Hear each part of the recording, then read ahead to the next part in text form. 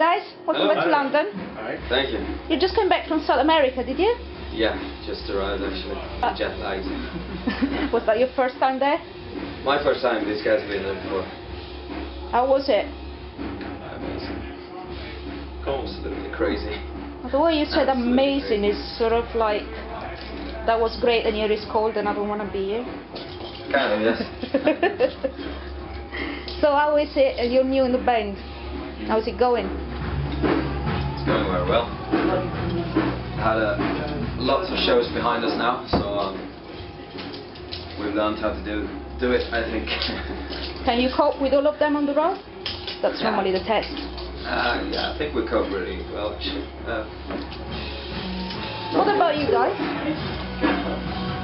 I cope with myself quite good as well. So you're happy with them? Yeah. Is this gonna be a stable lineup? It seems to be very stable because we've been under a lot of pressure this last year, so we really pulled it off. Your last record, Generation Wild, has it been influenced by the new lineup, and in which way? Everyone's been partial in the songwriting, and everyone's been taking part of it, so I think we've all influenced how it came out. You're happy with it? Very happy. How's it been going?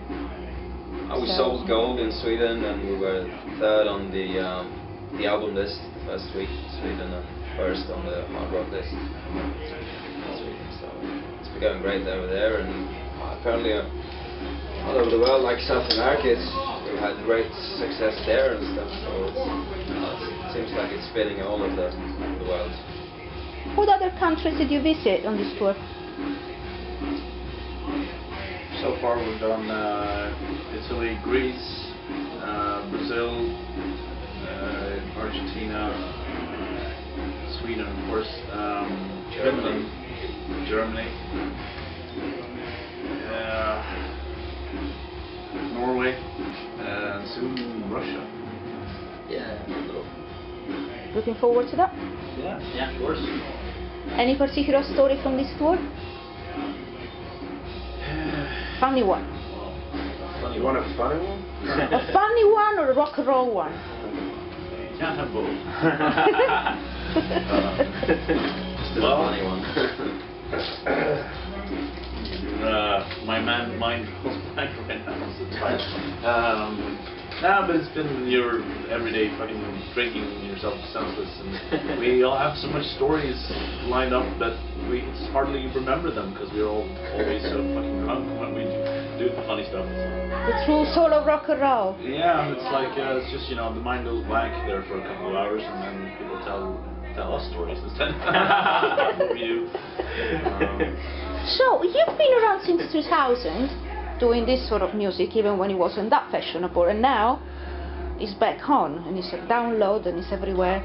How do you feel about it? I think there's always been like bands like ourselves, kind of underground and not really, well, at least since the whole grunge era and all the 90s music took it over. It's always been bands like us, kind of still playing, and new bands growing up, and I guess we were fortunate ones to get major exposure back in 2005, and which led, of course, to many other bands to really get fired up and really catch on and join the ride, and even inspire even more people to start doing that. And so in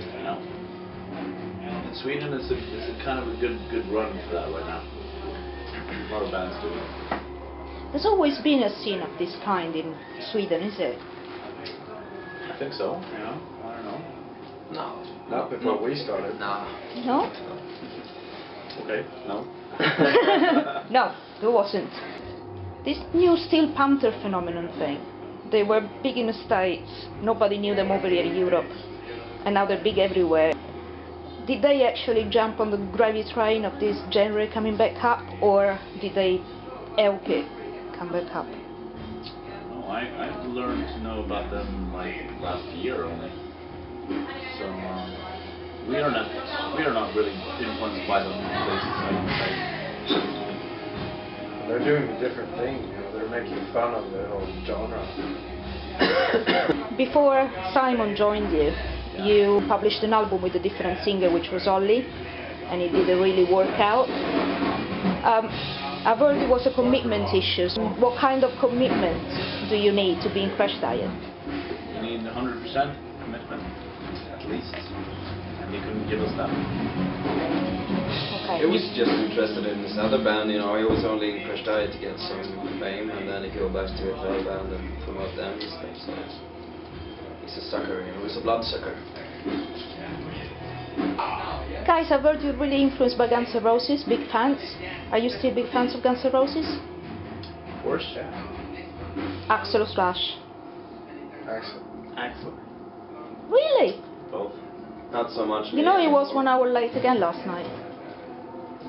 Yeah, but that's his thing. Haven't people learned? they could come late to the show. And he You don't need to fucking make Good it worse. thinking. Why would it be on time this time? So if you guys get as big as Guns N' Roses, are you gonna be 1 hour late? No. You sure? I'm gonna pull you on that one. That would be just copying him. Yeah. Yeah. So you're gonna be 2 hours. Exactly. We'll play the next day instead. So how is it gonna be tonight? 1 hour late. It's gonna be great. It's gonna be great. We're just about to oil up the engines and start off, you know. Are you over the jet lag? Yeah. No. Yeah. Over. Have to drink ourselves over the jet lag. I think it's the only way to do it. Okay, I trust you do a good job with that. Anything else you guys would like to say that I haven't asked? Fucking Want to sleep? Bon appetit. Okay. Have a good show.